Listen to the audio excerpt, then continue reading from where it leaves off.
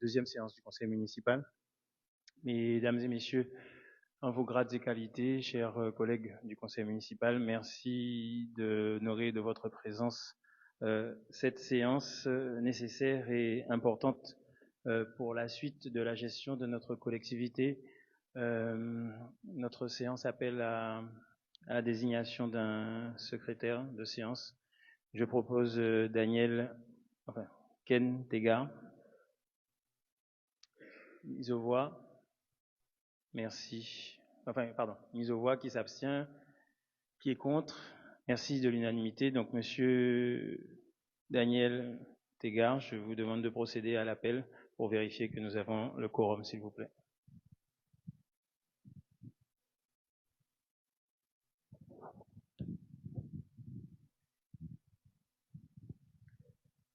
Merci, bonsoir à tous. Alors, nous allons procéder donc à l'appel. Edom Jean-Luc, Adonai Achille, Jean-Gal Karine, Brochant Patrick, Soussin Lucie, Pétris Patrick, Jourson Johanna, Kayande Ignace, Baudesson Dominique, Saï Antoine,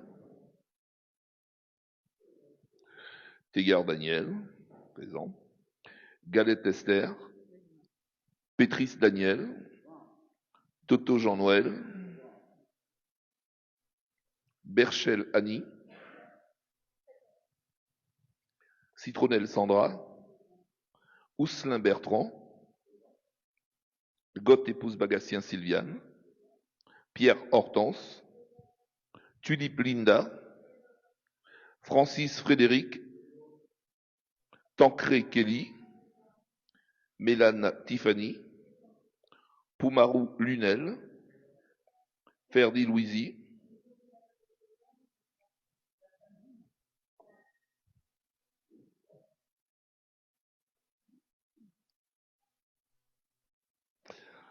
Emmanuel Félix, La Rochelle Marielle,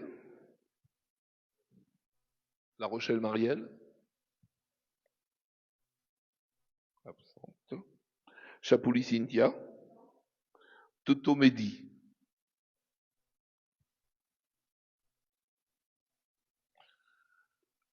Le quorum étant atteint, le conseil municipal peut valablement délibérer.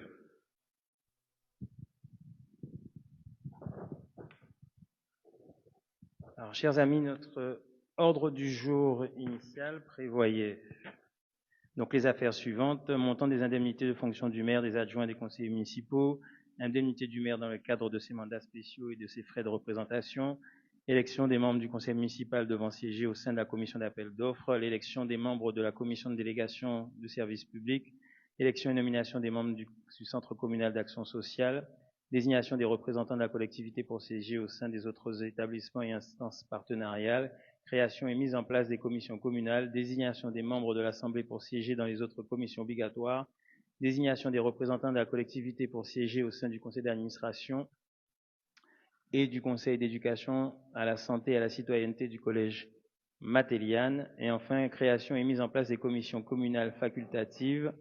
11 questions diverses. Nous avons reçu la demande de la préfecture. Je vous propose de rajouter le point suivant à l'ordre du jour: le vote du taux des taxes directes locales pour l'année 2026. Je mets cet ordre du jour avec ce point correctif en discussion. Oui, je distribue. Si on valide, c'est le principe, pas de questions spécifiques là-dessus. Je passe aux voix. Qui s'abstient? Qui est contre?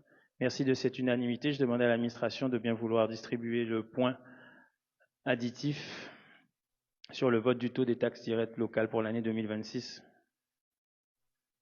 Merci beaucoup. Déjà moi.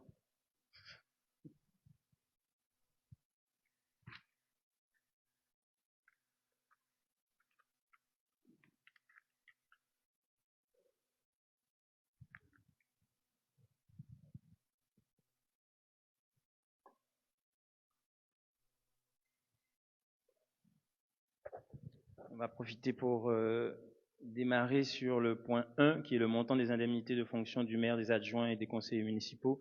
Question préalable, est-ce que tout le monde a reçu en temps et en heure les dossiers, notices?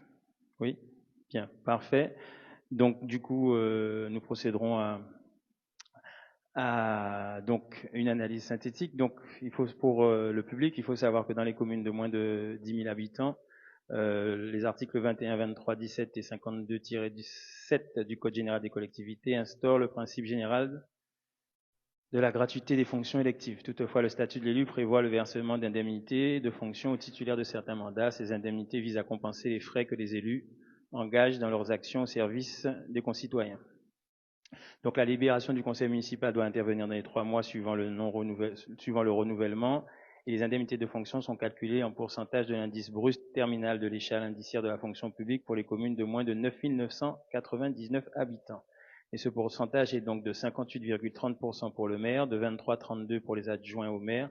Ce taux représente les maximums à ne pas dépasser. Ils sont appliqués à l'indice brut terminal de la fonction publique, soit l'indice brut 1027, dont la valeur est fixée au 1er janvier 2026 à 4 110,54 €. Donc l'enveloppe globale, ensuite effectivement il faut définir une enveloppe globale qui est déterminée en fonction du calcul suivant. Donc le taux maximal accordé au maire est de 58,30%, le taux maximal accordé aux adjoints à 23,32%, le nombre d'adjoints nous avions décidé qu'il était de 8, l'indice de référence que je viens de vous préciser, donc le 1027, soit 4 110,54 €. Donc l'administration a procédé au calcul d'enveloppe maximale mensuelle, donc c'est-à-dire le maire, 4 110,54 fois 58,30, ça fait 2396,44. Les adjoints, donc les 4 110,54 multipliés par 23,32% fois 8, ça fait 7 668,62. Et enfin, donc, les 2396,44 plus les 7 668,62 égale 10 065,06, qui est la capacité de l'enveloppe maximale pour la commune de Goyave. Donc, il est rappelé que le maire bénéficie de plein droit du taux du plafond de l'indemnité de fonction sans que l'Assemblée délibérante n'ait à se prononcer. Cependant, le Conseil est invité à se prononcer sur le taux de l'indemnité accordée aux adjoints au maire et aux conseillers municipaux délégués dans la limite de l'enveloppe globale indiquée et exprimée en pourcentage de l'indice de référence. Donc, nous vous proposons effectivement, première des choses, de fixer une indemnité pour l'ensemble des conseillers municipaux de la majorité à 4%, les conseillers municipaux présidents de commission à 6% et les adjoints 15,30% et enfin le maire 58,30%. Avez-vous des questions? Je mets le sujet en discussion.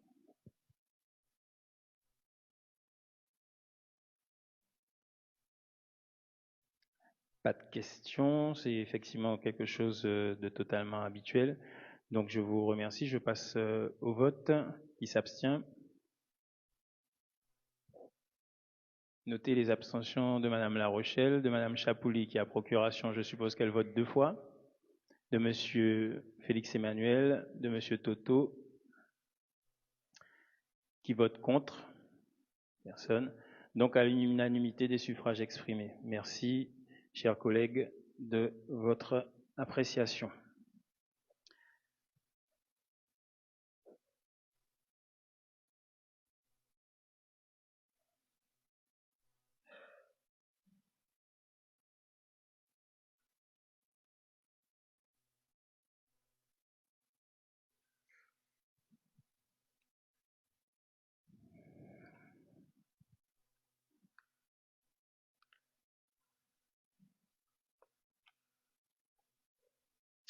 Rapport numéro 2.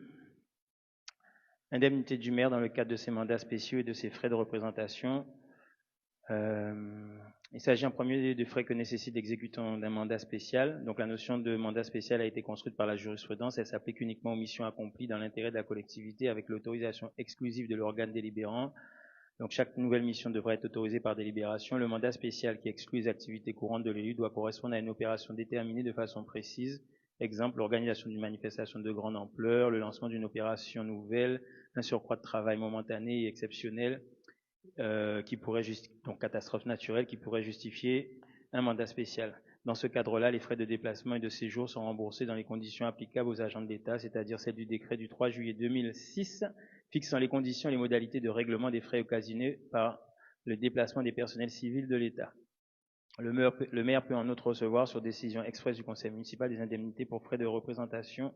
Ces indemnités ont pour objet de couvrir les dépenses engagées par le maire et lui seul à l'occasion de ses fonctions dans l'intérêt de la commune. Ainsi en est-il notamment des dépenses qu'il supporte personnellement en raison des réceptions, manifestations qu'il organise ou qu'il participe dans ce cadre. Donc par ailleurs, au terme de la jurisprudence, le conseil municipal n'a que la faculté de voter cette indemnité si les ressources ordinaires de la commune le permettent. L'indemnité peut être versée sous forme fixe et annuelle, ce qui implique qu'elle ne correspond pas obligatoirement à un montant précis de dépenses. Elle doit toutefois répondre à un besoin réel et ne peut constituer un traitement déguisé qui viendrait s'ajouter aux indemnités de fonction.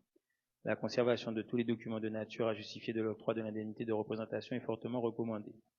Le montant de l'indemnité, sous les réserves qui précèdent, est variable et laissé à l'appréciation de la collectivité. L'ensemble est invité à se prononcer, donc l'Assemblée, sur les conditions de remboursement des frais et indemnités susceptibles d'être engagées par l'autorité territoriale. Avez-vous des questions?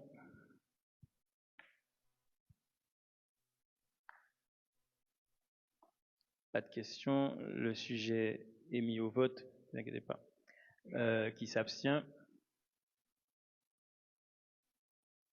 Donc, notez l'abstention de Mme La Rochelle, Mme Chapoulet qui vote 2 fois, M. Emmanuel et M. Toto. Merci beaucoup. Qui est contre? À l'unanimité des suffrages exprimés. Merci à vous. Avant de passer au point suivant sur le rapport numéro 3, j'ai fait un léger oubli et je m'excuse auprès de la salle, puisque le règlement intérieur, l'ancien règlement intérieur prévoyait que les 30 premières minutes étaient consacrées. C'est les 30 premières minutes qui sont consacrées. Je pensais que c'était 30 minutes, donc je voulais le faire en fin de séance, mais j'ai relu, donc c'est les 30 premières minutes. Donc s'il y a des membres du public qui ont questions à poser à la municipalité ou des choses à dire, qu'ils s'annoncent auprès du secrétaire et nous procéderons effectivement à leur écoute sur ces questions-là.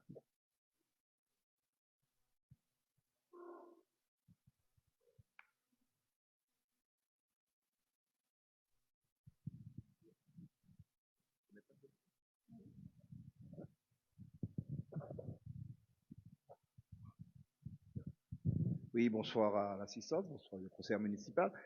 Déjà, félicitations pour la nouvelle équipe. Monsieur le maire, je voudrais vous demander, est-ce que vous avez prévu une audite par rapport à ce qui s'est présenté, par rapport à la situation de la mairie? Et si c'est oui, est-ce que nous aurons les résultats de cette audite prochainement ou bien est-ce que c'est quelque chose qui est envisagé ou pas? Une audite financière, sociale, en fait, la situation de la mairie par rapport à ce qui l'ancienne équipe vous a laissé. Voilà. Nous avons Monsieur Jouve qui souhaite faire une intervention. Oui, merci. Bonsoir à tous. En fait, c'est pas vraiment une question, c'est une sollicitation en direction de la mairie. Lors de votre allocution, lors de votre investiture, vous avez parlé d'aider les jeunes pêcheurs à s'installer. Je fais partie d'une organisation qui est l'intersyndicale qui représente la CGT, FO et Sympa CFDT. Et on aurait aimé pouvoir vous rencontrer pour traiter du sujet-là, parce que c'est un sujet important qui évidemment ici peut pas être abordé. D'autre part, j'ai un sujet également pour un rendez-vous. Vous avez parlé de l'installation des jeunes agriculteurs. On connaît les problèmes de chlordécone dans le quartier. Et en fait, il y a une solution qui existe, je pense que vous l'ignorez pas, ça s'appelle l'aquaponie. Et donc, dans mes relations, j'ai un ingénieur agronome qui essaie de développer ça. Et il aurait souhaité également vous rencontrer. Et enfin, autre sujet, enfin il y a 2 autres sujets. J'ai un projet concernant les zones de réemploi sur les déchetteries. Vous savez qu'il n'y a pas eu de déchetterie depuis 2014 et on pourrait créer une zone de réemploi et des emplois grâce à ça, et aussi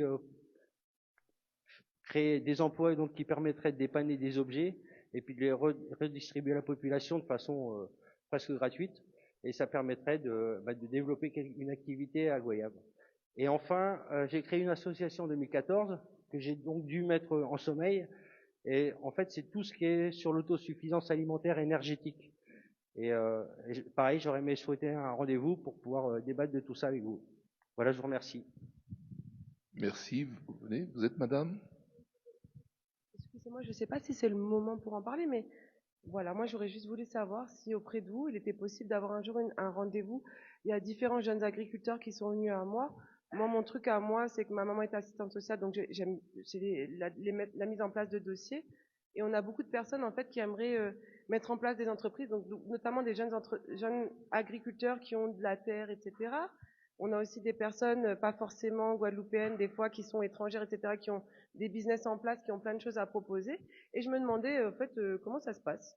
Moi, c'est ma première réunion municipale. Je ne sais pas si c'est maintenant que je dois parler de ça, mais je me demandais, est-ce qu'on pourrait avoir un rendez-vous où on pourrait venir exposer en fait nos demandes par rapport à ça, parce que je pense qu'à Goyave, il y a une très grosse force de travail, beaucoup de jeunes qui ne travaillent pas et qui ont envie de faire des choses, et énormément de personnes qui sont descendantes de gens qui ont un gros savoir-faire et qui aujourd'hui ne savent pas vraiment quoi faire avec.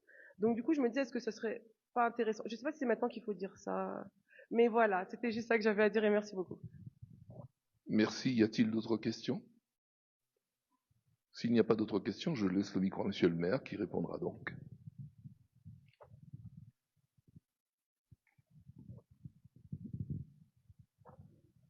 Donc, merci aux 3 premières questions. Donc, à monsieur Gerpin, sur les questions d'audit social et audit financier. Oui, nous ferons un audit financier. Oui, nous ferons un audit, entre guillemets, social et managériel et organisationnel de la commune. Et bien entendu, cela fera l'objet d'une restitution publique et ça affectera forcément les politiques publiques que nous allons mener. De toute façon, nous allons avoir l'obligation et la contrainte de voter un budget qui aura été préparé dans sa grande, on va dire, partie par l'ancienne équipe municipale, mais on est dans une continuité républicaine, donc nous aurons à voter, et d'ailleurs c'est pour ça que nous allons voter les taux dans ce conseil. Nous aurons à voter et être dans une certaine continuité sur un certain nombre de choses. Puis après, c'est une nouvelle équipe municipale, donc il y aura forcément une rupture sur un certain nombre de politiques publiques, et ça va pas se faire non plus du jour au lendemain. Nous, on a fait un choix qui est celui de la responsabilité, donc nous ferons ce qui doit être fait. Sur les questions liées à l'installation de jeunes pêcheurs et l'installation de jeunes agriculteurs à Goyave, nous sommes disposés, et dès lors que les commissions seront mises en place, donc c'est aussi pour ça que je voulais faire les questions au public après le conseil, mais comme j'ai dit légaliste, donc j'ai préféré le faire au début, mais vous verrez que nous allons mettre des commissions en place, et ces commissions vont être alors au titre légal au sein du conseil et seront élargies très vite à ceux des Goyaviens qui sont prêts à venir travailler et apporter leur expertise dans les domaines que nous aurons ciblés. Ensuite, sur la question de la réemploi et de la zone de réemploi de déchetterie et les rendez-vous avec le maire, nous démarrons incessamment sous peu des journées des élus de Goyave. Donc l'idée, c'est de ne pas forcément rencontrer que le maire, puisque c'est une équipe de conseillers municipaux qui travaillent pour Goyave. Donc nous aurons l'occasion de vous proposer un format qui va peut-être surprendre au départ, mais qui devrait justement nous permettre d'avancer assez rapidement sur des sujets, sur des politiques publiques qui sont nécessaires, indispensables, et je dirais même vitales pour que notre commune avance et aille plus vite, plus loin, mais ça ne peut se faire qu'avec vous. Donc oui, on reverra ces questions aussi d'emploi et de réemploi de terres et de foncier. Et puis, donc, la troisième question rejoint la deuxième, mais sur la question des installations des jeunes agriculteurs. Donc, si il y a des forces vives de Goyave qui concentrent un certain nombre de demandes, nous vous accueillerons, nous prendrons vos contacts. Donc vous pouvez laisser vos contacts auprès de l'administration communale aussi. Et vous serez rappelé, on prendra rendez-vous, soit directement avec le maire, soit directement avec les présidents de commission que nous ferons travailler et qui travailleront avec vous dans ce sens. Voilà, j'espère avoir été suffisamment clair et explicite sur les réponses. Oui, puisque, bien entendu, alors, mon premier adjoint me le rappelle, que les élus mettront en place également les permanences. Nous communiquerons régulièrement sur ces permanences qui doivent permettre à la population d'être écoutée, ou en tout cas entendue par les adjoints et par les conseillers municipaux. Mais comme je vous dis, on aura un petit format un peu particulier, vous verrez que ça va nous permettre de travailler, d'avancer beaucoup plus vite. Et je remercie toutes les personnes qui sont ici présentes et qui, par leur implication, valorisent et favorisent le jeu démocratique, notamment à Goyave. Donc je vous remercie pour ça. Est-ce que mes réponses ont entraîné d'autres questions ?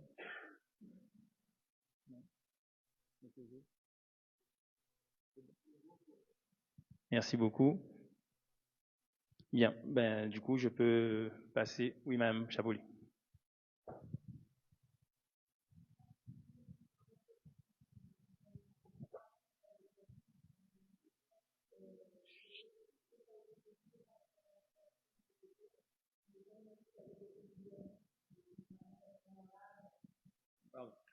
C'est à ce moment-là que nous, élus, nous pouvons mettre des questions diverses et que le secrétaire puisse les noter, de façon à ce qu'à la fin du conseil municipal, nous puissions revenir sur ces questions diverses. Donc, comme il y a une question diverse par monsieur Félix Emmanuel, j'aurais souhaité que le secrétaire puisse l'inscrire.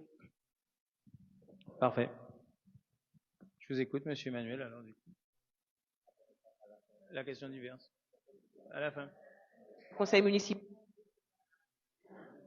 À la fin du conseil municipal, il prendra la parole quand vous demanderez à monsieur le secrétaire s'il a des questions diverses. À ce moment-là, monsieur Emmanuel posera sa question diverse à la fin du conseil municipal. Il voulait s'inscrire pour poser sa question. Ok, autant pour moi. Ouais, en fait, quand vous n'avez pas dit qu'on pouvait aller vers votre secrétaire afin que nous puissions laisser nos questions à la fin. Non, mais vous n'avez pas précisé. Voilà. Non, mais vous inquiétez pas. C'est-à-dire que à partir du moment que sur le point de l'ordre du jour, j'ai mis questions diverses, vous avez une question diverse, on va utiliser le règlement intérieur tel qu'il est fait. Après, on le changera certainement, puisqu'il faudra toiletter sur un certain nombre de choses. Donc, ne soyez pas inquiets, vous pourrez poser le nombre de questions que vous voulez. Et si vous en avez d'autres, je n'ai pas peur des questions. Je ne crains rien, monsieur.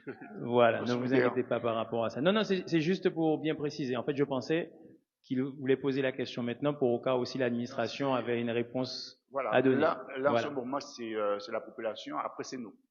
Parfait, merci. Il n'y a pas de souci par rapport à ça. Très bien. Dans le public, y a-t-il encore quelqu'un qui voudrait s'exprimer? Bien, on a fait le tour. J'ai cru qu'il y avait une main qui s'était levée. Donc, merci beaucoup. Donc, nous allons reprendre les travaux là où nous les avions laissés. Donc, du coup, le point suivant, c'est celui de l'élection des membres du conseil municipal devant siéger au sein de la commission d'appel d'offres, la CAO.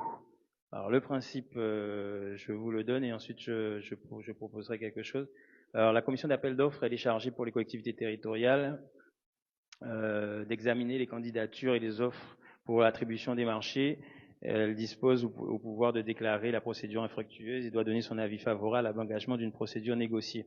L'élection des membres du conseil municipal devant siéger au sein du conseil d'admission d'appel d'offres, conformément à l'article L1411-5 du Code général des collectivités territoriales, est composée du maire ou de son représentant qui est président, et pour les communes de 3500 habitants et plus, de 5 membres titulaires et 5 membres suppléants élus. Les membres sont élus par le conseil municipal à la représentation proportionnelle au plus fort reste, au scrutin de liste, au scrutin secret, sauf accord unanime du conseil municipal, selon l'article L21-21-21. Les nominations prennent effet immédiatement dans l'ordre de la liste et il en est donné lecture par le maire.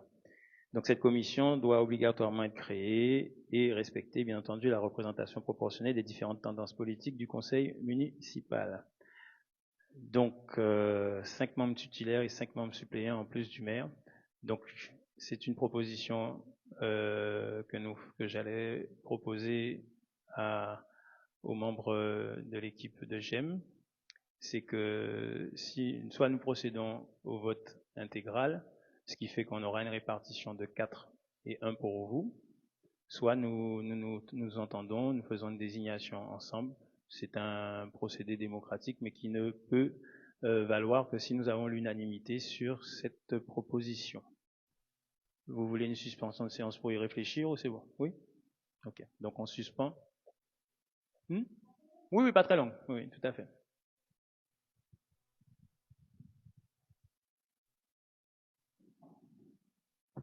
Ça sera du coup la même chose aussi pour la commission de délégation de services publics.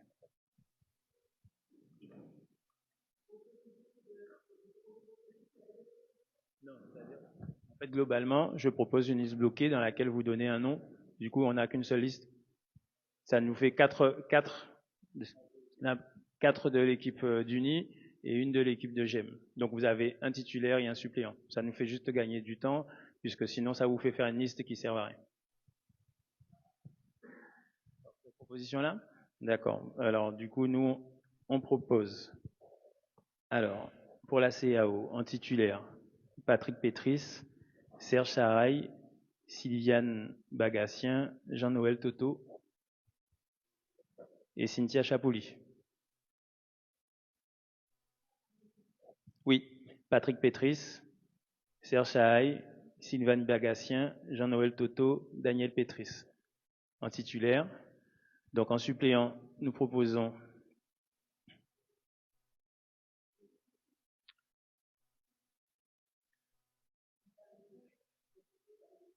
oui, vous êtes titulaire.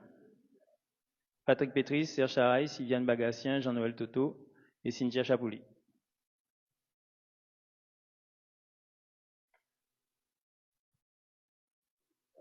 Parfait. En suppléant, nous proposons Lucie Soussin, Annie Berchel, Achille Adenaï. Je sais combien là? Non, les suppléants. Donc je repropose les suppléants. Donc Lucie Soussin, Annie Berchel, Francis Frédéric et Achille Adenaï. Ça fait 4. Et donc du coup vous proposez Félix Emmanuel. On est complet? Ok, donc je procède à la mise aux voix. Qui s'abstient? Qui est contre? Merci beaucoup de l'unanimité. Merci. Je rectifie quand même. On était bien tous d'accord quand on votait à main levée. Il faut que ça soit consigné au PV. Oui. Très bien. Merci beaucoup. Élection des membres de la commission de délégation de services publics. Donc c'est le rapport numéro 4. Donc pareil, conformément aux prescriptions du Code général des collectivités territoriales, notamment l'article L1411-5 du CGCT, pour les communes de plus de 3500 habitants, départements ou établissements publics, la commission de la DSP est la suivante: maire, 5 membres de l'Assemblée délibérante, 5 suppléants de l'Assemblée délibérée élus. Elle a pour mission donc d'analyser les candidatures et sélectionner les candidats admis à présenter une offre, à analyser les offres et fournir un avis pour aider à la décision de l'Assemblée délibérante sur tout ce qui concerne la délégation de services publics. Donc les membres sont élus soit au scrutin de liste à la représentation proportionnelle au plus fort reste sans panachage ni vote préférentiel, soit au scrutin secret sauf décision unanime contraire de l'Assemblée délibérante. L'article LD 1411-4 du Code général précise que les listes peuvent comprendre moins de noms qu'il y a de sièges de titulaires de suppléants à pourvoir. En cas d'égalité, de reste, le siège revient à la liste qui a obtenu le plus grand nombre de suffrages. En cas d'égalité des suffrages, le siège est attribué au plus âgé des candidats susceptibles d'être proclamés élus. Il est précisé que c'est l'Assemblée délibérante qui fixe les conditions de dépôt de liste. Voilà, alors c'est une commission, comme je dis, qui ne se réunit pas souvent, sauf si on fait une délégation de service public. Donc je vous repropose la même chose. 4-1. Et donc on fait et on procède au vote à main levée aussi. Je propose les noms. Alors, en titulaire, de notre côté, Johanna Jourson, Kelly Tancré, Patrick Brochant, Dominique Baudesson.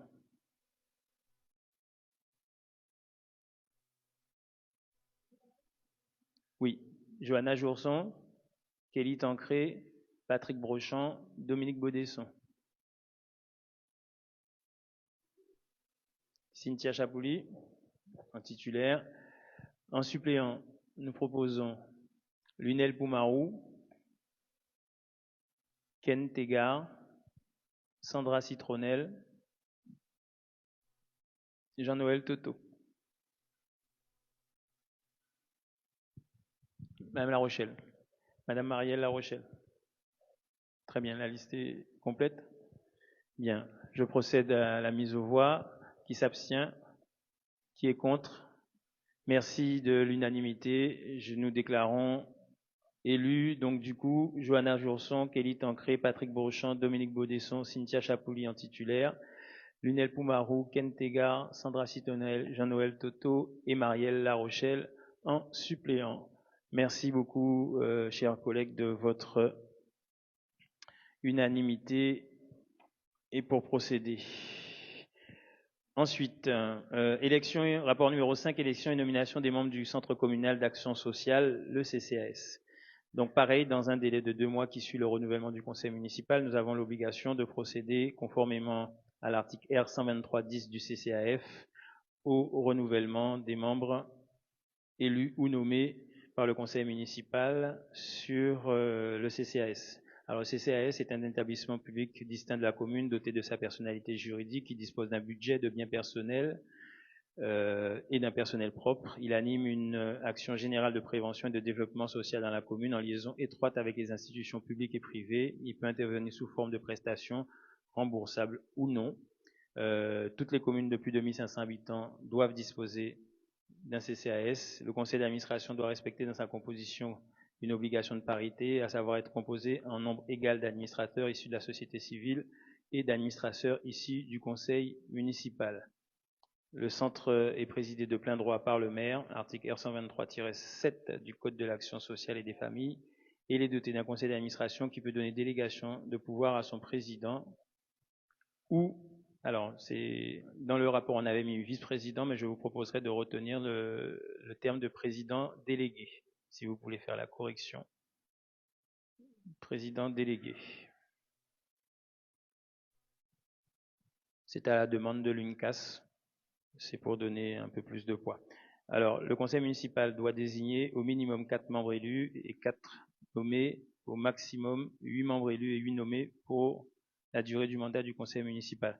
Alors, je vais vous proposer de passer à 10, 11, oui, 10 plus le maire.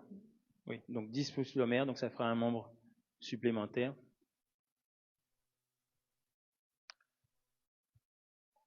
Donc c'est pareil, c'est un scrutin de liste. Donc je vous propose la même répartition si vous en avez l'accord.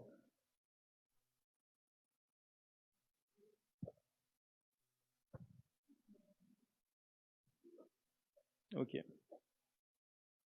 Non, je vais faire une petite modification dans la liste que je vais donner. Oui, amenez ma main.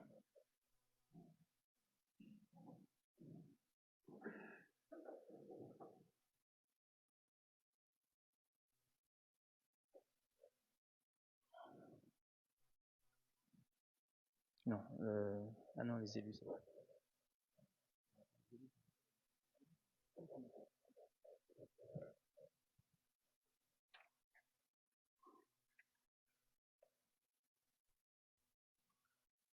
Je suis fatigué. Alors, ok. Donc, nous proposons Patrick Brochant, Tiffany Mélane, Baudesson Dominique, Kelly Tancré,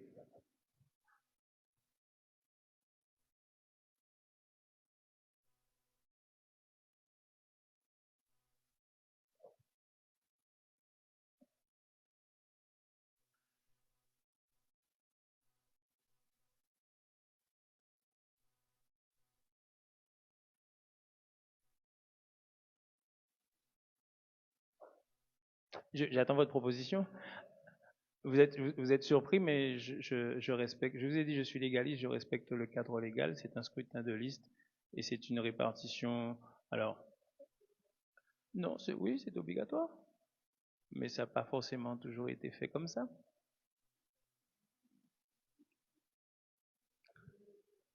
Suspension de séance? Très bien. On fait une petite suspension. Donc, proposez quelqu'un pour le CCAS. Merci.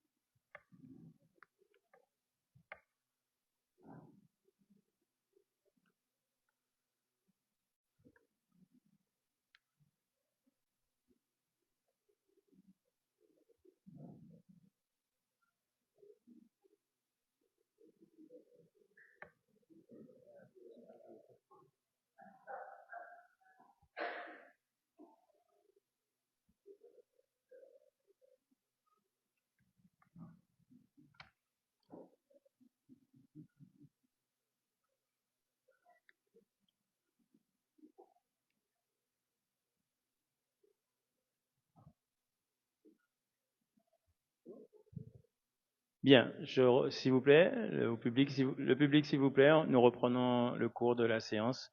Je passe la parole à Madame Chapouli. Nous vous proposons une liste. Vous proposez une liste Oui. de 4 noms? Oui. Donc vous voulez qu'on aille aux élections? Ok. Il n'y a pas de scrutin. Donc pas de scrutin où on fait un scrutin à main levée ou scrutin secret? On n'est pas obligé de faire secret. On fera à main levée? Mais oui. D'accord. Il n'y a pas de souci. Donc dans ces cas-là, on fait ces 5 noms. De part et d'autre. Donc du coup, nous rajoutons Madame Bagassien. Donc pour la liste unie pour Goyave, donc Patrick Brochant, Tiffany Mélane, Dominique Baudesson, Kelly Tancré et Sylviane Bagassien.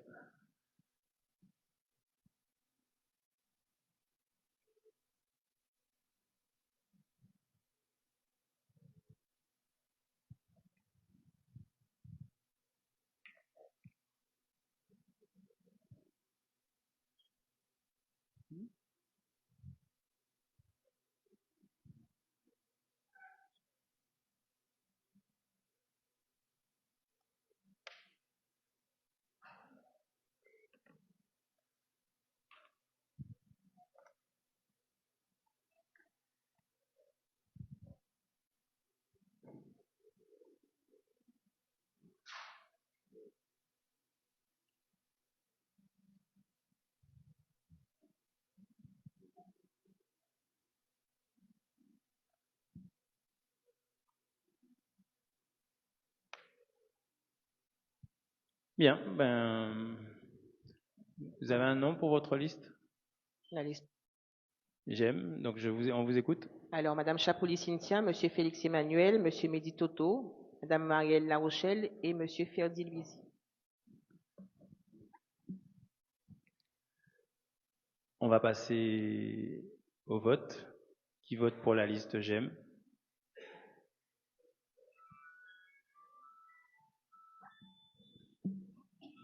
Non, j'ai dit donc Madame Chapouli qui vote 2 fois, Monsieur Emmanuel et Monsieur Toto.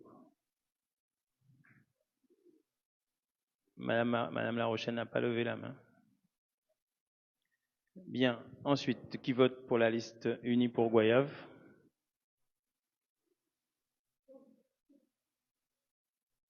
Administration, donc 1, 2, 3, 4, 5, 6, 7, 8, 9, 10, 11, 12, 13, 14, 15, 16, 17, 18, 19, 20, 21, 23, 24 personnes. Vous pouvez faire le calcul, s'il vous plaît. Ah oui, pardon, abstention. Abstention pour Madame Toto. Donc, La Rochelle.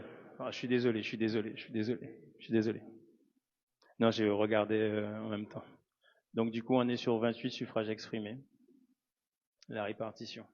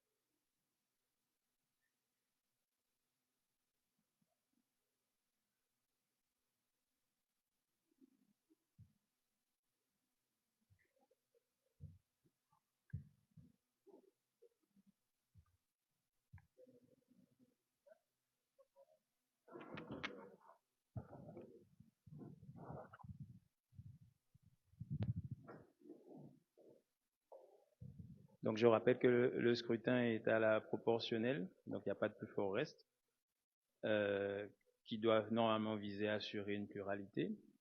Mais bon, je laisse l'administration vous donner les résultats et ensuite on va quand même discuter. Voilà, donc au regard des votes, les résultats sont pas de sièges pour la liste GEM et les sièges pour la liste unique Goyave.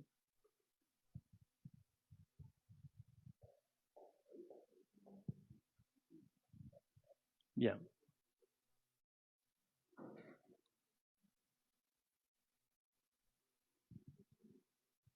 Bien.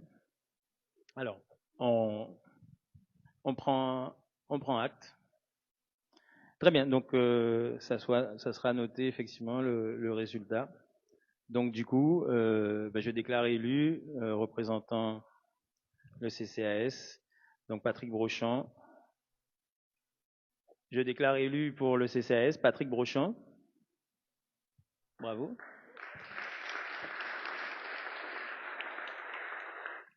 Tiffany Mélane. Baudesson Dominique.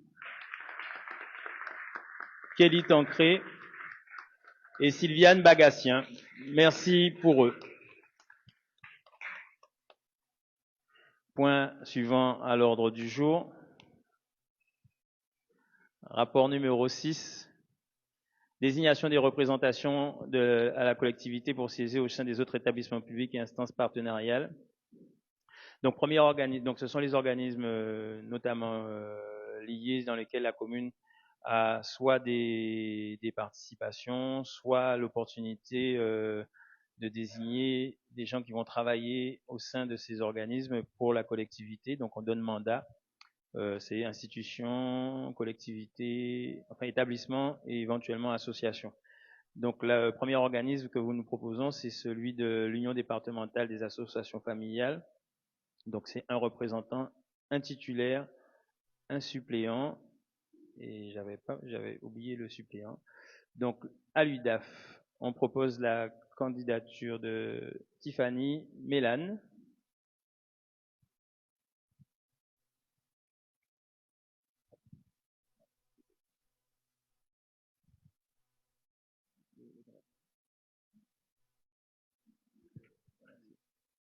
Et Dominique Baudesson comme suppléante. C'est pas grave. Ensuite, au Parc national de la Guadeloupe, un titulaire. Nous proposons la candidature de Jean-Luc Edom.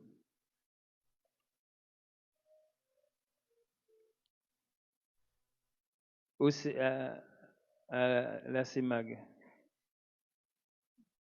Oui, je sais. À la CEMAG, un titulaire et un suppléant. Donc titulaire Jean-Luc Edom et suppléant Achille Adenaï.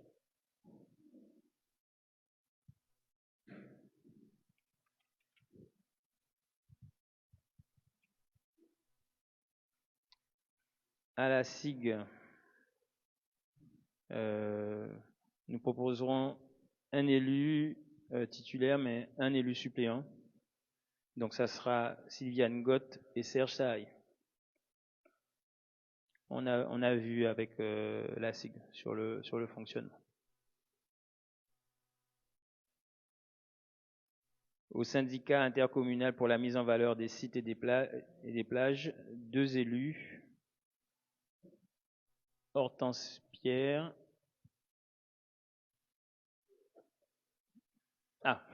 Et Bertrand Mousselin.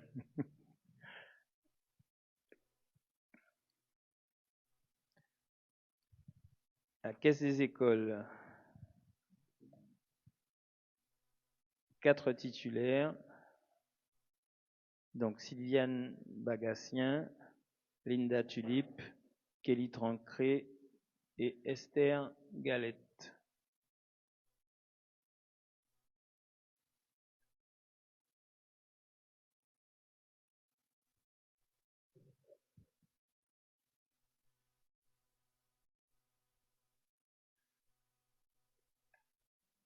Plus le président qui est le maire.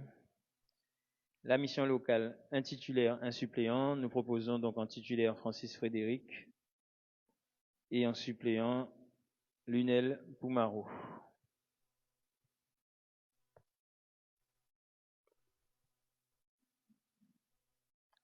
Enfin, au CIMEG, 2 titulaires, 2 suppléants.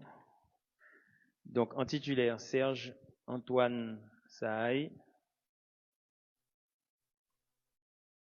Hortense Pierre, et en suppléant, Patrick Brochant et Achille Adenaï. J'avais mis Ken.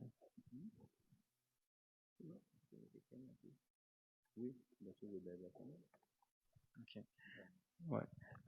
On va mettre à la place de M. Adenaï en suppléant, au CIMEG, on met Ken Tegar. Oui.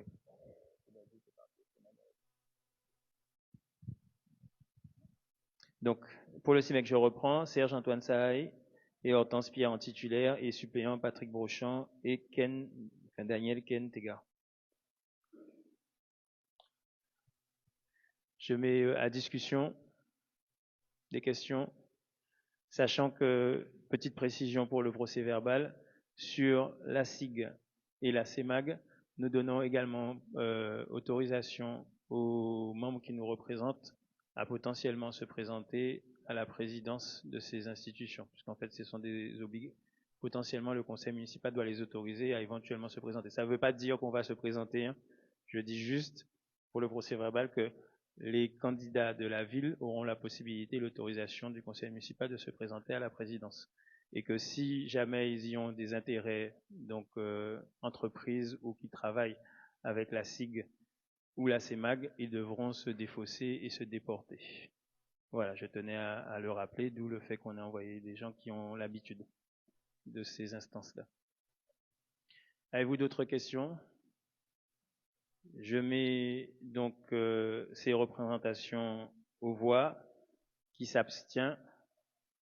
Donc notez les abstentions de Mme La Rochelle, de Mme Chapouli 2 fois, de M. Félix Emmanuel et de M. Mehdi Toto. Qui est contre? À l'unanimité des suffrages exprimés. Merci beaucoup, chers collègues. Rapport numéro 7.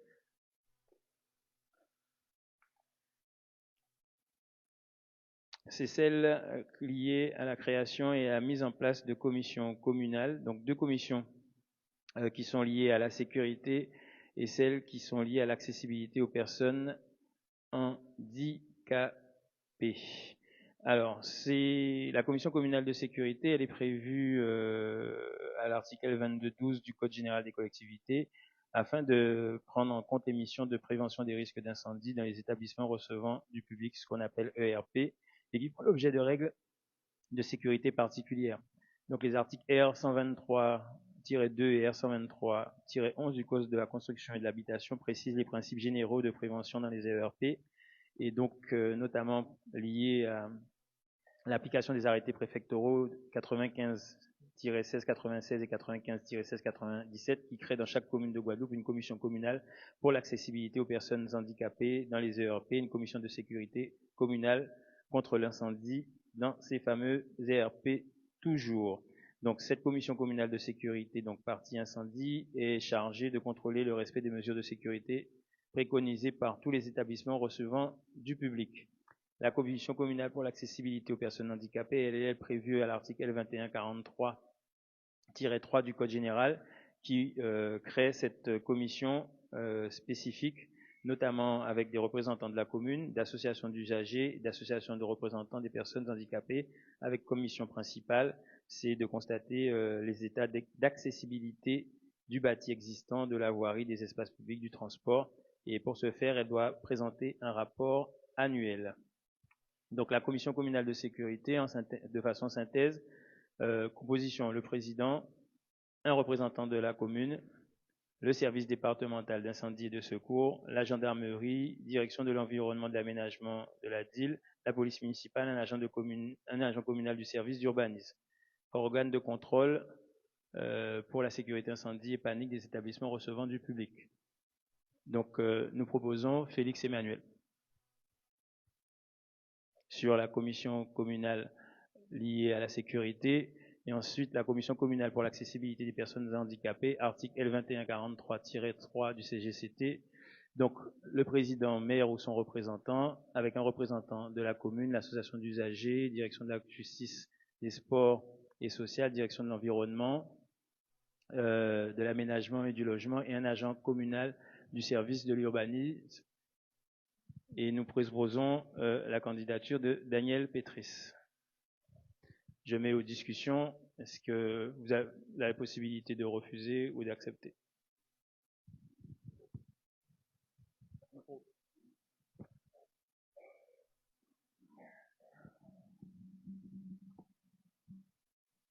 Oui, monsieur le maire, bon, je m'excuse de ne pas accepter. Pourquoi? Parce que j'ai travaillé là-dedans et je sais comment qu'il y a du boulot.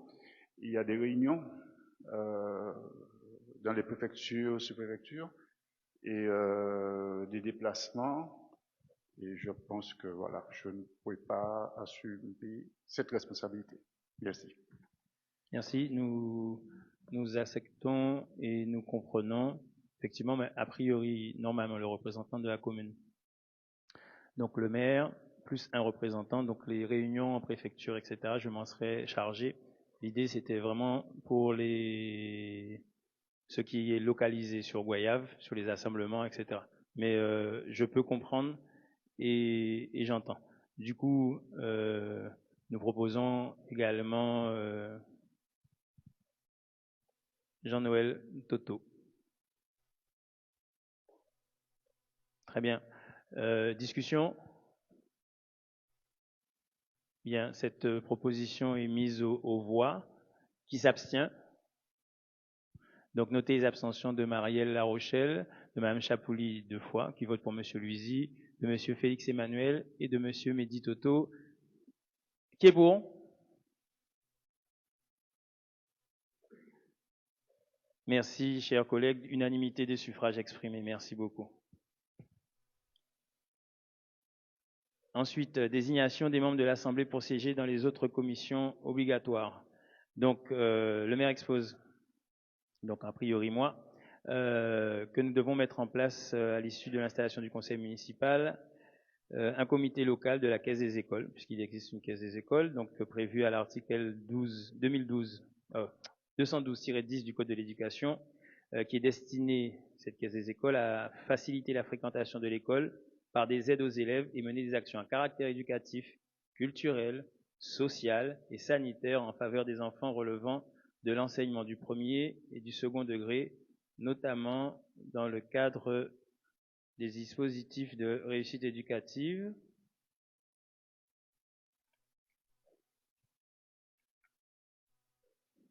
Oui, c'est bien ce qui me semblait. Donc ça, c'est la délibération.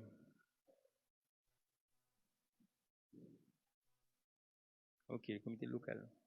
Le maire préside donc le comité de la Caisse des écoles dont la mission est de prévoir à définir toute action conforme à cet objectif. L'article 212-26 du Code de l'éducation instaure ce comité de la Caisse des écoles qui doit être mis en place à chaque renouvellement. Le maire, l'inspecteur de l'éducation nationale chargé de l'inscription aux représentants, un membre désigné par le préfet, les conseillers municipaux désignés par le conseil municipal. Donc nous on avait dit 4, donc là je vois qu'il y a marqué 2. 3 membres élus par les sociétaires réunis en assemblée générale ou par correspondance s'ils sont empêchés. Le conseil municipal peut, par délibération motivée, porter le nombre de ses représentants à un chiffre plus élevé, sans toutefois excéder le tiers des membres de l'assemblée municipale. Dans ce cas, les sociétaires peuvent désigner autant de représentants supplémentaires que le conseil municipal en désigne, en plus de l'effectif normal. Donc, entendre 4 conseillers municipaux et donc du coup entendre 4 sociétaires réunis en assemblée générale. Donc c'était pour faire la modification. Donc nous avons déjà voté. Ensuite, la commission communale pour l'accessibilité. Donc nous venons de désigner. Enfin, la commission de contrôle des listes électorales. Donc c'est une désignation, mais c'est important. Alors, la loi 2016-1048 du 1er août 2016 rénovant les modalités d'inscription sur les listes électorales, entrée en vigueur le 1er janvier 2019, réforme intégralement les modalités de gestion des listes électorales et crée un répertoire électoral unique et permanent, ce qu'on appelle le REU, dont la tenue est confiée à l'Institut national de la statistique et des études économiques, donc l'INSEE. Donc, révision annuelle des listes électorales est opérée par cette commission de contrôle qui, dorénavant, sont permanentes et extraites du REU qui centralise et en améliore la fiabilité. Les listes électorales sont établies par commune et non plus par bureau de vote. Donc, cette réforme doit faciliter l'inscription des citoyens sur la liste électorale en leur permettant de s'inscrire jusqu'au 6e vendredi précédant le scrutin. Bon, sauf en 2019, où à titre dérogatoire, le délai pour s'inscrire sur les listes électorales est fixé au dernier jour du 2e mois précédant le scrutin, en élargissant les conditions d'inscription. Afin de simplifier et de fiabiliser la gestion des listes électorales, il est confié à l'INSEE le soin de procéder d'office à certaines inscriptions et radiations, donc les jeunes majeurs, les personnes naturalisées, etc. La loi du 1er août 2016 transfère par ailleurs aux maires, en lieu et place des commissions administratives, la compétence pour statuer sur leur demande d'inscription et sur les radiations des électeurs. Leurs décisions sont contrôlées a posteriori par les commissions de contrôle chargées de statuer sur les recours administratifs préalables obligatoires, formés par les électeurs concernés contre les décisions de refus d'inscription ou de radiation du maire et de veiller sur la régularité des listes électorales. C'est pour accomplir ces deux missions que sont désignés les membres au sein des commissions de contrôle. La commission de contrôle a deux missions, s'assurer de la régularité des listes électorales et statuer sur le recours administratif préalable obligatoire déposé par les électeurs à l'encontre des décisions prises par le maire. La commission de contrôle est composée de 5 conseillers municipaux, dont 3 conseillers municipaux appartenant à la liste majoritaire et un conseiller pour chacune des listes représentées. Compte tenu du fait que 2 listes ont obtenu des sièges au conseil municipal lors de son dernier renouvellement, un conseiller municipal appartenant respectivement à la 2e liste ayant obtenu le plus grand siège pris dans l'ordre du tableau parmi les membres prêts à participer aux travaux de la commission de contrôle. Au total, 5 conseillers doivent être désignés. Aucun conseiller municipal ne peut être membre de la commission de contrôle de la commune s'il en est maire, adjoint titulaire d'une délégation en matière d'inscription sur la liste électorale. Les membres suppléants de la commission de contrôle sont désignés dans les mêmes conditions que les membres titulaires. Donc le conseil est invité à se prononcer sur le nombre des élus désignés pour siéger à cette commission. Donc la proposition est d'être à 5 titulaires et 5 élus suppléants. Donc vous avez un titulaire et un suppléant.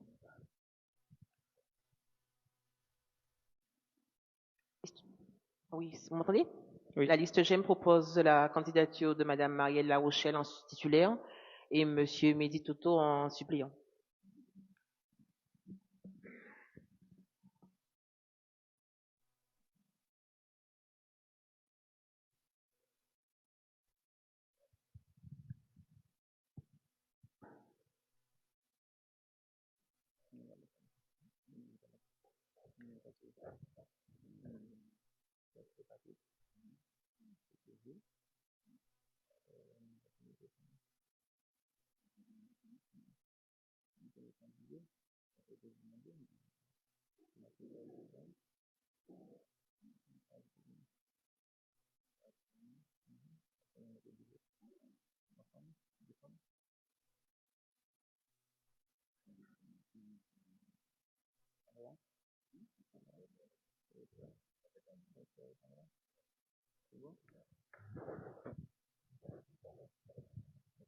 Donc en ce qui concerne Unis pour Goyave, nous proposons Esther Galette, Sandra Citronel, Achille Adonaï et Patrick Brochant.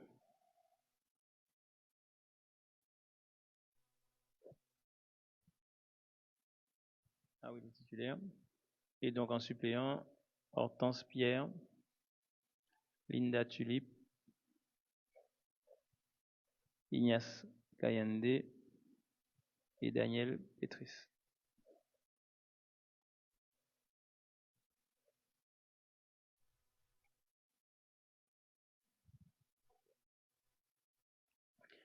Merci bien. Je rappelle la composition de la Caisse des écoles, c'est pas la peine. Oui, il faut rappeler. Donc je rappelle pour cette délibération aussi la proposition pour la Caisse des écoles. Donc les 4 personnes étaient Kelly Tancré, Esther Galette, Linda Tulip et Sylviane Bagassien.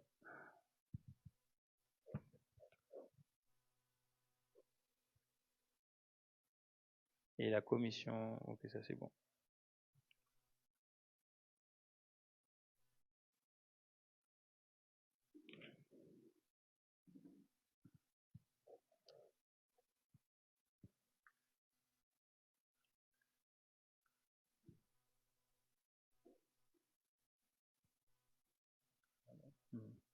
Alors, rapport numéro 9, désignation des représentants de la collectivité pour siéger au sein du conseil d'administration et du conseil d'éducation à la santé et à la citoyenneté du collège Mathéienne. Donc, considérant l'article 21-21,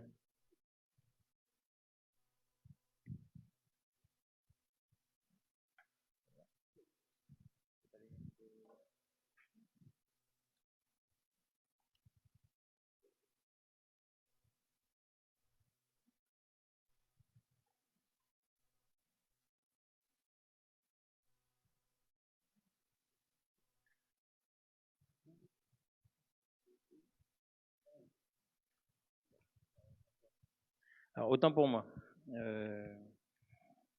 Donc, la commission communale pour l'accessibilité obligatoire dans les communes de plus de 5000 habitants.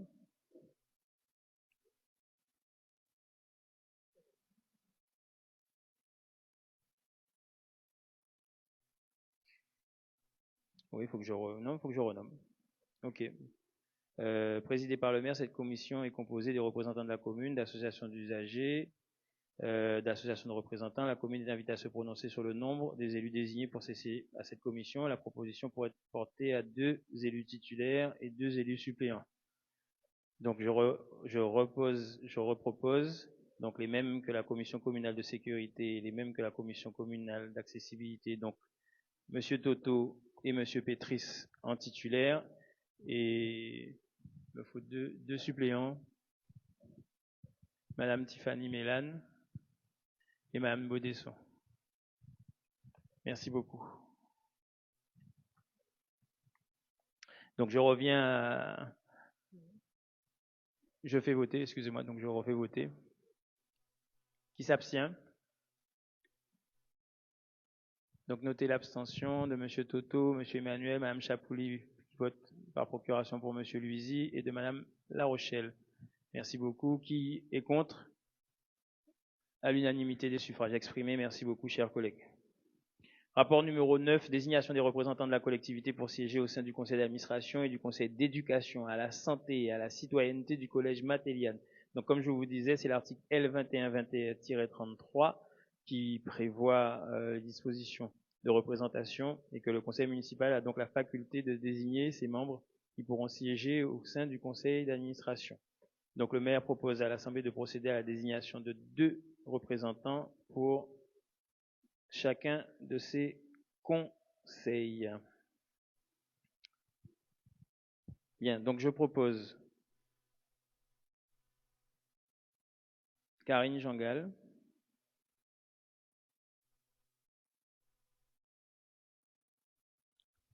et Kelly Tancré, et donc Sylviane Bagassien et Hortense Pierre.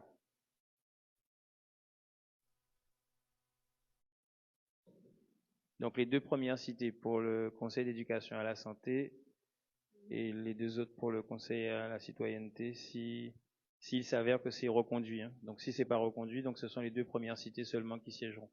Puisque le collège ne nous a pas encore formulé s'ils maintiendront les 2 instances. Je mets aux discussions. Non. Qui s'abstient? Notez l'abstention, même abstention qu'habituellement. Qui est contre? Merci. L'unanimité des suffrages exprimés. Merci, chers collègues.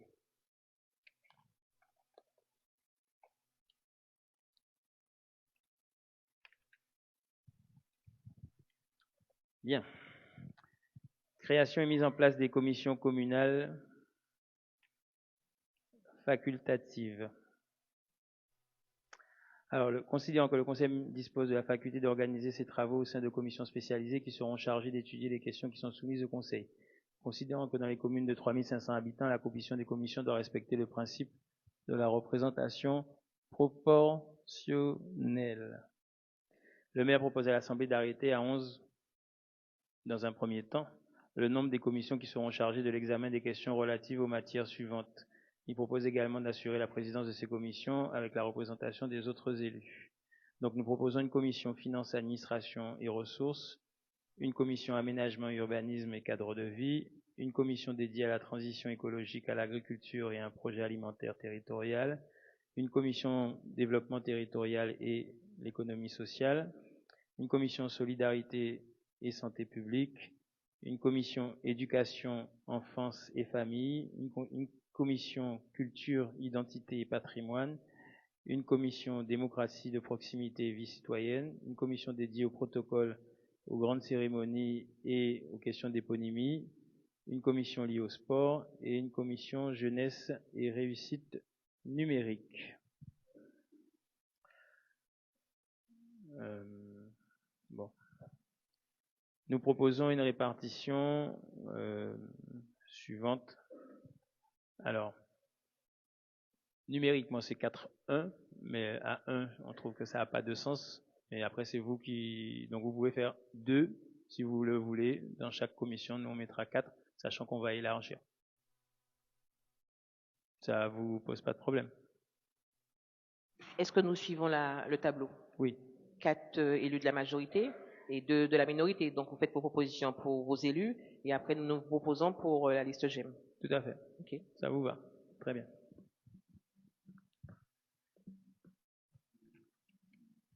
Alors, finance, administration et ressources. Donc, Patrick Pétris.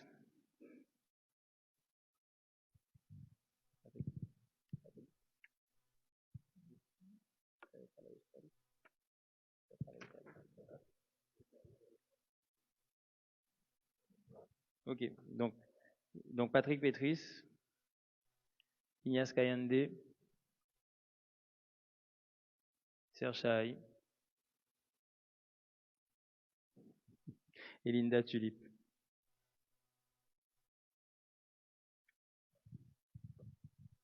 Nous proposons Cynthia Chapouli et Ferdi Louisi. Merci. En 2, aménagement et urbanisme et cadre de vie. Nous proposons Achille Adonaï. Alors, pour m'accompagner dans cette mission, j'ai mis à mes côtés Pétrice Daniel, Serge Saraï, Pétrice Patrick et Johanna Jourson.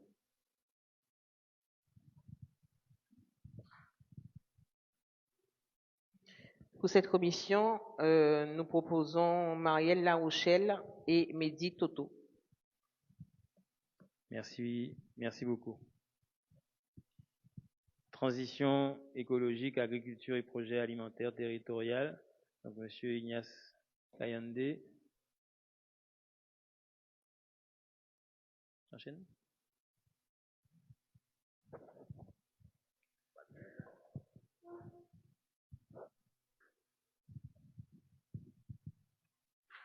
Merci. Pour cette commission, je mettrai pour travailler avec moi. Alors, moi-même, je prendrai Monsieur le maire,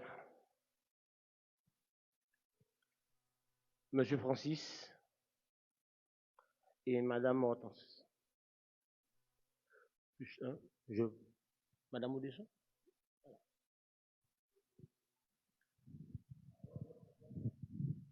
Alors, Monsieur Jean-Luc Edom, Kehinde Ignace, Francis Frédéric, Hortense Pierre et Baudisson Dominique.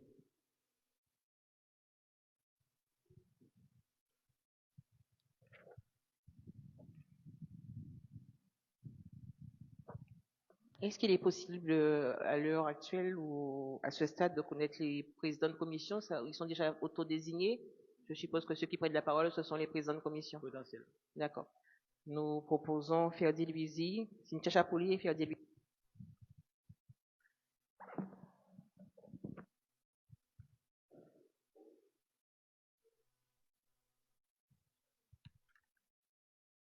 Ok.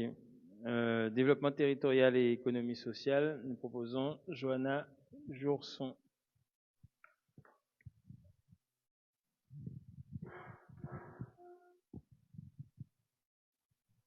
Bonsoir. Alors pour la commission, ce sera moi, Jean-Luc Edom,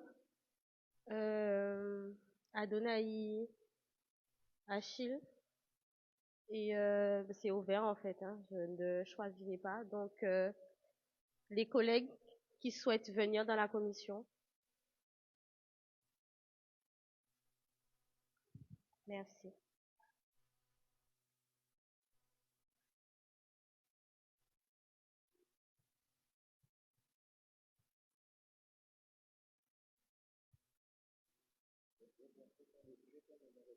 Alors, Jourson Johanna, Lucie Soussin, Achille Adonaï, Jean-Luc Edom et Dominique Baudesson.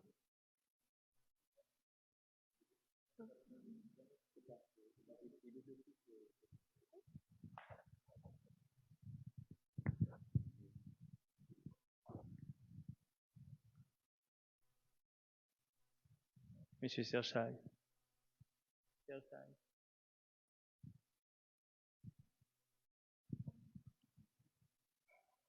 Nous proposons Marielle Larochelle et Félix Emmanuel.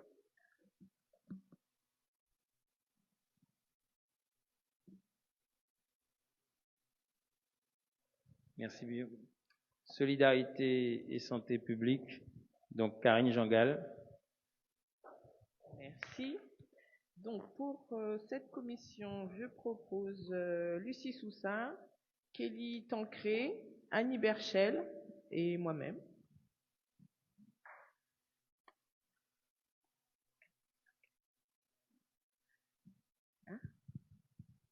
Plus fort. Donc je répète. Donc Karine Jangal, Lucie Soussin, Kelly Tancré, Annie Berchel.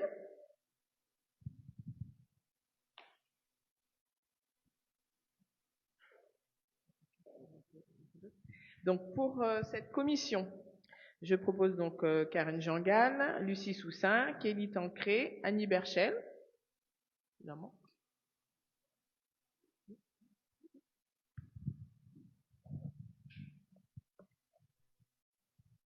Proposons Marielle Larochelle et Cynthia Chapouli.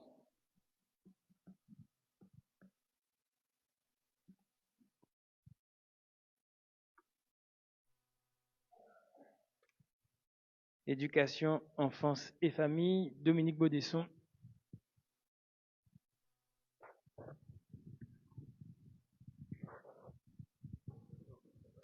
Bonsoir tout le monde. Donc pour ma commission éducation, enfance et famille, je propose Tiffany Mélane, Linda Tulip, Karine Jean-Gall, Annie Berchel et c'est bon. C'est fini. Nous proposons Marielle Larochelle et Monsieur Mehdi Toto.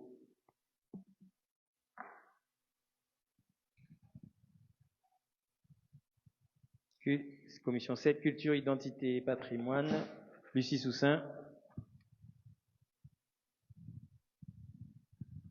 Pour cette commission, je propose Lucie Soussin, moi-même, Sandra Citronel, Lunel Poumarou, Karine Jean-Gall.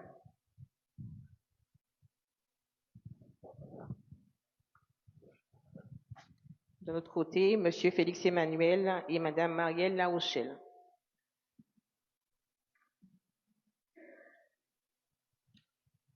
Démocratie de proximité et vie citoyenne, Patrick Brochant.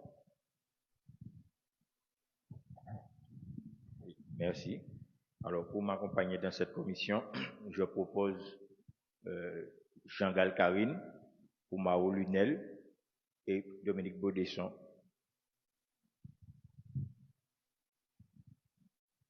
Merci. Nous proposons Monsieur Félix Emmanuel et Monsieur Mehdi Toto.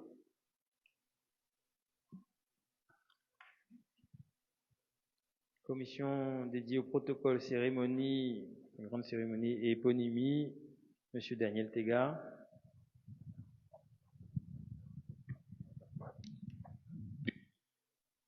Une nouvelle fois, bonsoir. Alors, pour cette commission, je propose Mélane Tiffany, Tulip Linda et Kelly Tancré. Et moi-même, bien sûr. Nous proposons Monsieur Mehdi Toto et Monsieur Félix Emmanuel.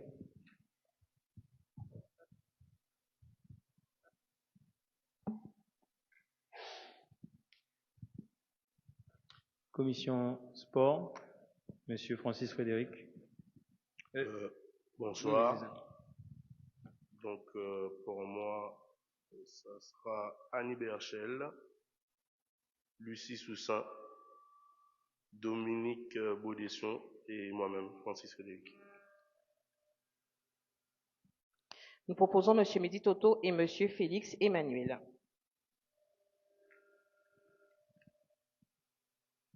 Très bien, merci beaucoup. Et ensuite, enfin, jeunesse et réussite numérique, Lunel Poumarou. Bonsoir. Donc pour la commission de jeunesse. Bonsoir. Ok. Donc je propose Madame Annie Berchel, Madame Lucie Soussin, Madame Tiffany Mélane et moi-même. Nous proposons Monsieur Mehdi Toto et Madame Cynthia Chapouli.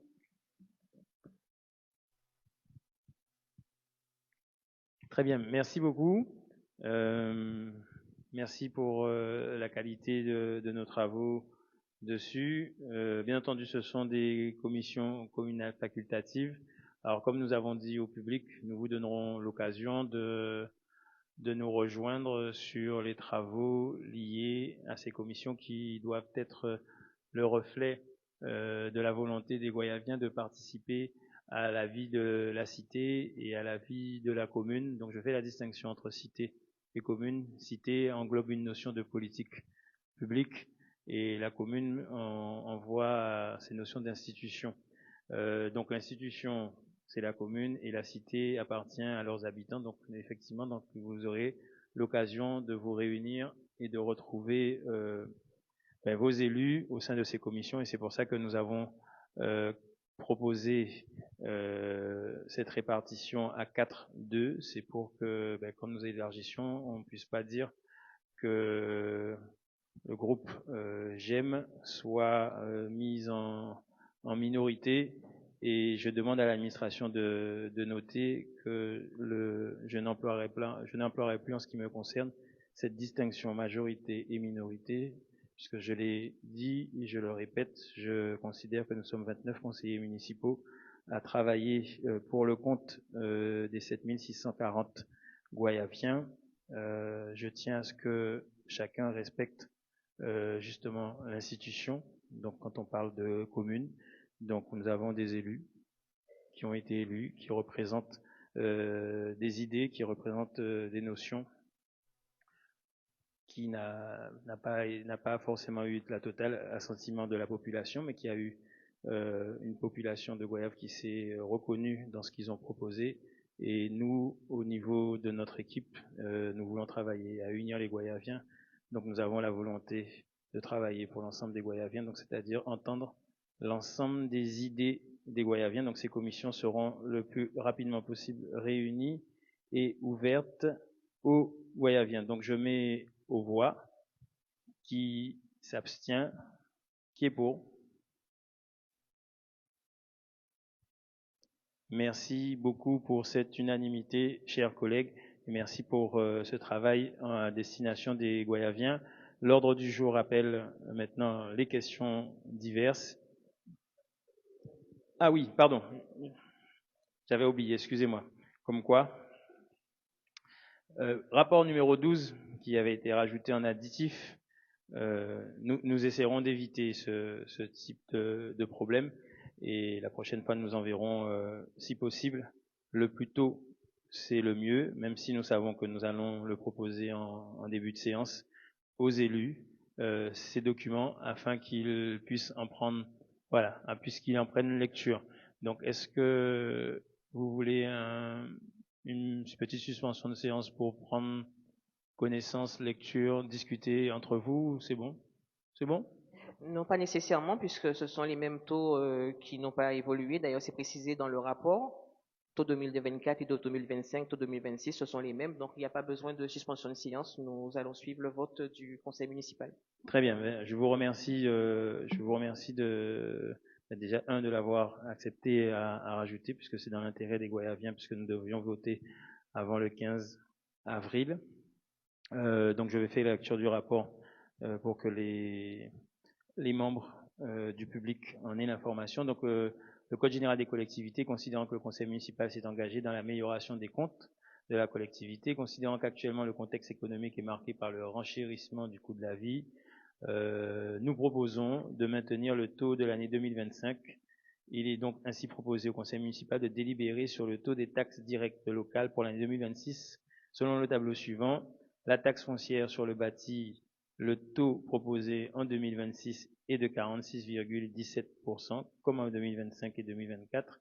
Le taux de la taxe foncière non bâtie est proposé à 44,50%, comme en 2025 et 2024. Et la taxe d'habitation liée aux résidences secondaires, puisque la taxe d'habitation à titre principal pour le logement principal a été supprimée, il est fixé à 12,79, comme en 2025 et comme en 2024. Avec ceci, comme information complémentaire que je donne aux conseillers municipaux, c'est que nous avons déjà une alerte des services fiscaux comme quoi le montant prévisionnel des recettes liées à cette taxe d'habitation sera en baisse cette année. Est-ce que Madame Pantier veut rajouter un petit quelque chose sur ça ou pas? Pas la peine? Bien. Donc on vous donnera de toute façon au moment du vote du budget les prévisions et on vous fera part aussi de l'état 1259 puisque nous sommes sur des petites problématiques financières. Donc nous préparons le budget et nous aurons l'occasion d'inviter l'ensemble des Goyaviens à venir découvrir des premiers éléments sur la situation de la collectivité. Bon, ceci étant, nous ne sommes pas là pour ça, c'est le vote du taux des taxes directes locales pour l'année 2026 qui sont maintenus et qui devraient nous permettre de consacrer le budget de cette année avec cette circonstance, et je tiens à le préciser, que l'année prochaine, nous aurons une analyse la plus juste possible de la fiscalité et que nous ferons ou nous appliquerons les mesures que nous estimerons nécessaires pour préserver le pouvoir d'achat des Guayapiens, c'est-à-dire une gestion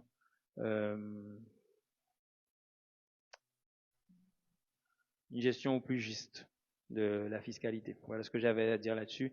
Est-ce qu'il y a d'autres personnes qui veulent intervenir? Le point est mis à discussion. Non. Je mets aux voix. Qui s'abstient? Qui est contre? À l'unanimité. Merci, chers collègues, de cette unanimité. Donc le point, maintenant que nous avons traité le point additif, va aux questions diverses. Donc c'est inscrit aux questions diverses le conseiller municipal Félix Emmanuel. On peut lui donner un micro pour qu'il puisse s'exprimer. Oui, monsieur le maire, voilà. Je fais partie effectivement, comme vous l'avez dit, des 29 conseillers. Aujourd'hui, pour notre cité, l'Aiguille 2, nous n'avons pas d'éclairage. Ça dure déjà une semaine.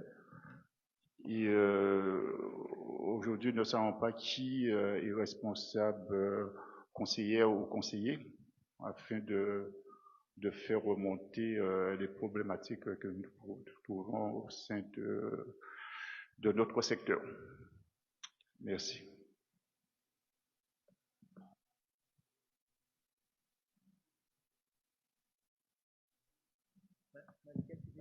Pardon, excuse-moi. L'Aiguille 2. Très bien. Excusez-moi, qui commence depuis à côté de M. Assina, à l'entrée, qui descend dans le fond jusqu'au bord de la rivière, qui passe devant chez moi. Voilà. Je vous ai donné le temps, bon, il ne faut pas bousculer les choses, vous venez juste d'arriver. Bon, alors, faut savoir, vous inquiétez pas, je crois beaucoup en la continuité administrative. Et je crois dans la qualité des fonctionnaires qui sont à Goyave. Monsieur Lapully, vous avez une information à fournir? S'il vous plaît. Avez-vous une information à fournir au conseiller municipal? Vous avez eu une information? Oui, bonsoir. En fait, je vais être bref. Donc, toutes les sites en fait où on a des interruptions d'éclairage, c'est alerté au service technique. Donc, il y a Monsieur Max Maurice qui s'occupe très bien de cette mission. Donc, on n'a pas été alerté. Donc, à ma connaissance, on n'a pas encore eu cette information. Donc, comme à l'habitude, donc dès demain, on prendra à charge et on ira vérifier sur le site, sur le secteur pour voir de quoi il en est. Mais on travaille régulièrement sur ces problèmes-là. Bien. Donc, je le dis solennellement et on en profite. Donc, chers administrés, nous mettrons en place les voies et moyens pour vous permettre de déclarer ce petit type d'incident. Les services de la ville sont à votre disposition sur ces questions-là, donc aux horaires, bien entendu, d'ouverture. Mais nous allons mettre des permanences aussi également pour ça. Et si vous n'arrivez pas à joindre l'administration, à ce moment-là, aucun problème. Vous avez des élus qui sont à votre disposition sur ces questions et qui feront redescendre l'information auprès de la direction générale et auprès de l'administration communale pour que les solutions soient apportées dans les meilleurs délais et que l'information soit connue et sue de tous. La volonté est vraiment que chacun prenne ses responsabilités sur cette question-là. J'en ai pris connaissance moi aussi hier soir. J'ai vu effectivement, je pensais que c'était épisodique, mais si tu me dis que ça fait une semaine, donc on va alerter EDF et mettre la pression sur cette question-là pour connaître les tenants et les aboutissants et apporter une réponse la plus rapide qui soit.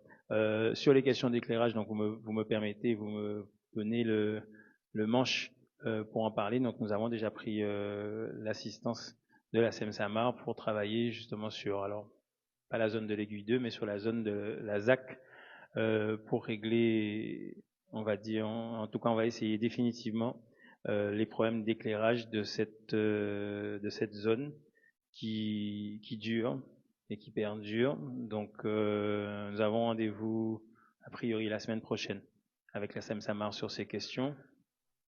Alors ça c'était ma demande, et eux par contre ils ont pris rendez-vous pour me parler de l'école de Bois-Sec, et ils viendront avec la société guadeloupéenne de travaux qui nous réclame la somme. Donc il y a 2 mémoires qui n'ont pas été payées pour la somme de 97 000 € et une autre de 76 000 € en plus de ce qu'ils ont demandé à la CRC d'inscrire obligatoirement sur le budget de la commune.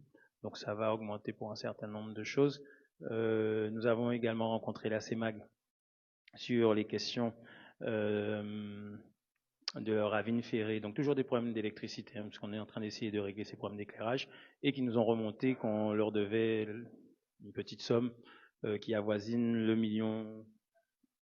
730 000 plus truc, donc qui avoisine le 1 million d'euros. Donc ce sont les petites surprises que l'on commence à découvrir. Donc c'est aussi pour répondre à Monsieur Gerpan que effectivement on aura tout intérêt à faire un audit, et puis tout intérêt aussi à savoir, puisque bon, je ne fais pas forcément confiance aux personnes qui viendront réclamer de l'argent juste après des élections. On connaît un petit peu le jeu, nouveau maire, mais comme je dis, c'est pour ça que j'ai bien dit, je le redis à l'administration, j'ai pas besoin de les regarder, mais je pense que après une semaine de rencontres, ils ont compris que je rends à l'administration la responsabilité d'un certain nombre de choses, notamment d'assurer et de garantir la continuité du service public. S'il vous plaît, dans la salle, ne m'obligez pas à faire exercice de la police. On se tient de façon courtoise et on essaye de s'écouter jusqu'au bout. Merci beaucoup. Donc voilà, donc ce sont les petites problématiques qu'on rencontre, en plus des décisions de justice qui nous ont été rappelées, en plus du personnel que l'on a rencontré, qui nous ont fait part des procès qu'ils ont gagnés contre la ville et dont ils n'ont pas encore été acquittés.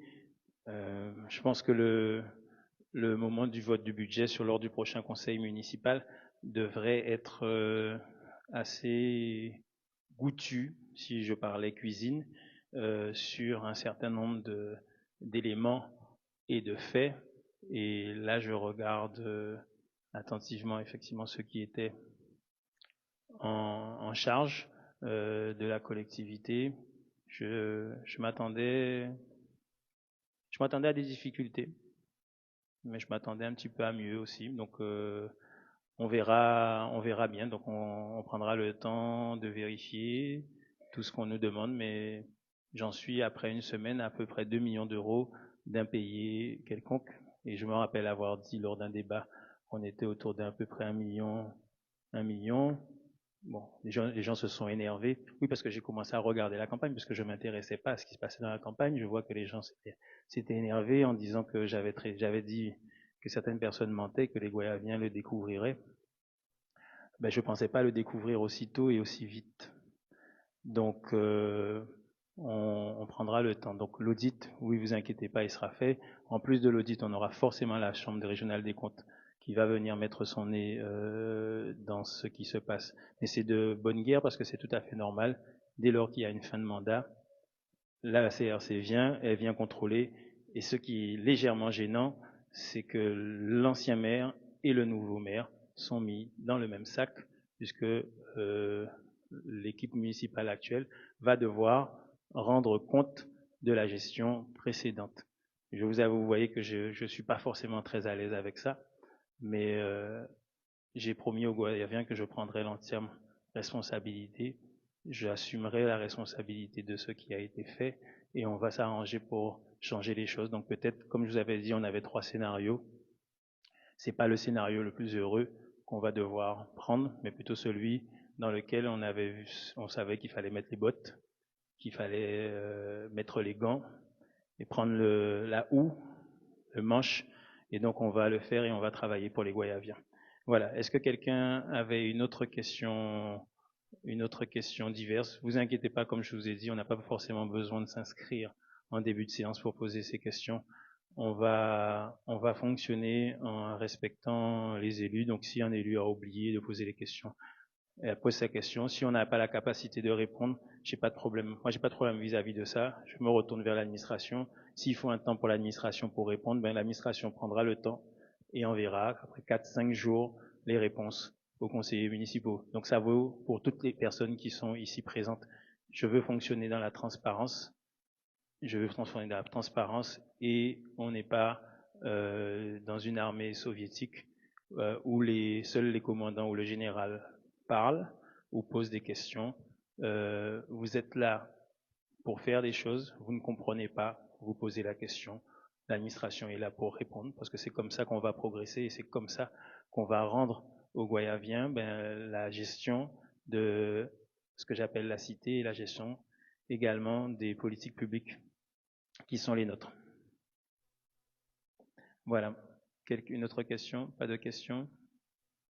Bien. Je n'ai pas forcément Madame Chapouli, je n'ai pas forcément de questions, j'ai juste une interrogation. Comme vous l'avez dit, je vous remercie de noter la transparence que vous aurez par rapport à la population. C'est ce que nous avons fait pendant tout notre mandat, la transparence et la clarté. Donc, nous serons aussi présents comme nous le sommes aujourd'hui pour être là que lorsque vous aurez fait votre audit, pour que nous puissions être là et puis discuter de ce que vous aurez eu par rapport à vos retours. Donc, nous sommes en responsabilité, comme vous-même, comme l'équipe en place, nous sommes en responsabilité et nous irons jusqu'au bout de notre mandat puisque la population ne nous a pas forcément élus en majorité, vous ne mettez pas ce mot la majorité et minorité, mais nous sommes quand même une représentation de la population qui a voté pour la liste GEM et nous assumerons notre responsabilité jusqu'au bout. Donc voilà, et je voulais aussi alerter pendant que j'y suis sur une problématique qui se trouve dans mon quartier au niveau de Bonfils, par un accès qui est l'accès de chute de Bradford. Je pense que voilà, l'accès pour ces chutes, c'est un accès privé, un chemin privé. Ce matin encore, ce midi, il y avait des hélicoptères. Je pense que vous avez été alertés sans doute par les services de sécurité. Je ne sais pas si c'était quelqu'un qui s'était perdu ou blessé au niveau des chutes, mais je pense qu'il faudra à un moment donné, on avait pris la tâche de voir qu'est-ce qui était possible par rapport à cet accès-là, puisque le départ de l'accès, c'est une route privée, c'est une parcelle privée.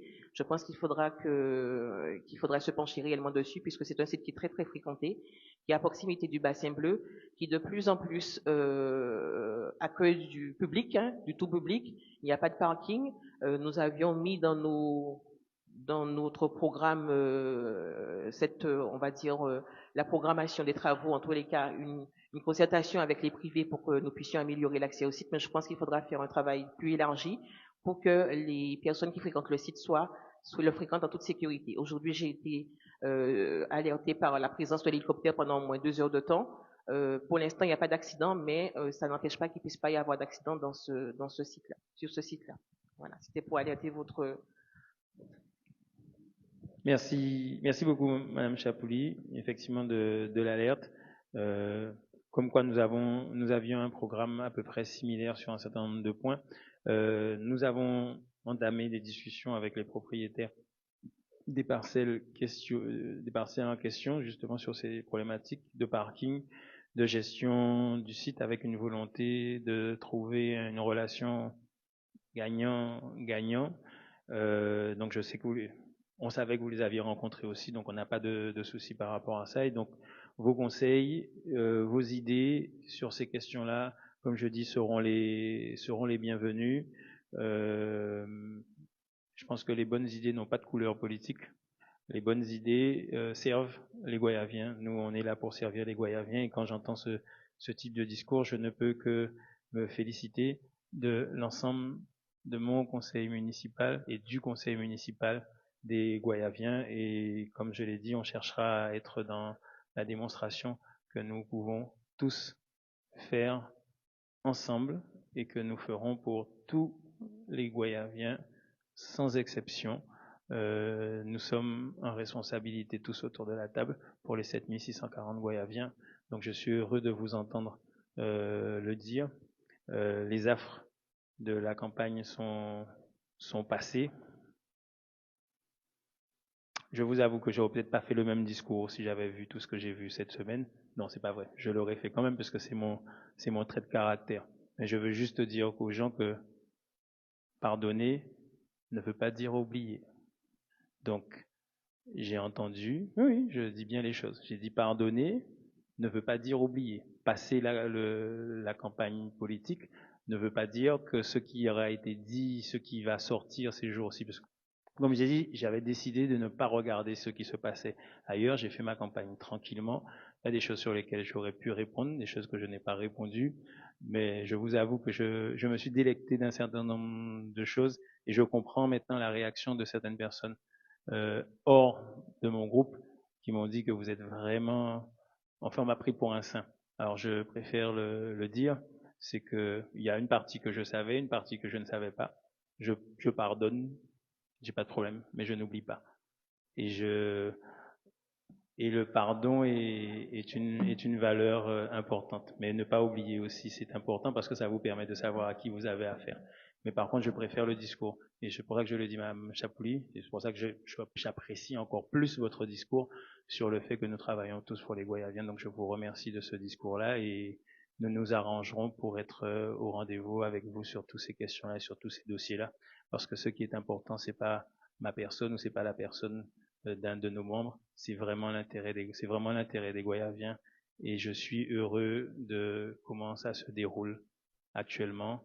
Et tout ce qu'on veut, c'est que quand tout le monde sortira d'ici, on repart avec le sourire, chacun en ayant l'impression d'avoir donné le meilleur pour les Goyaviens. Je vous remercie.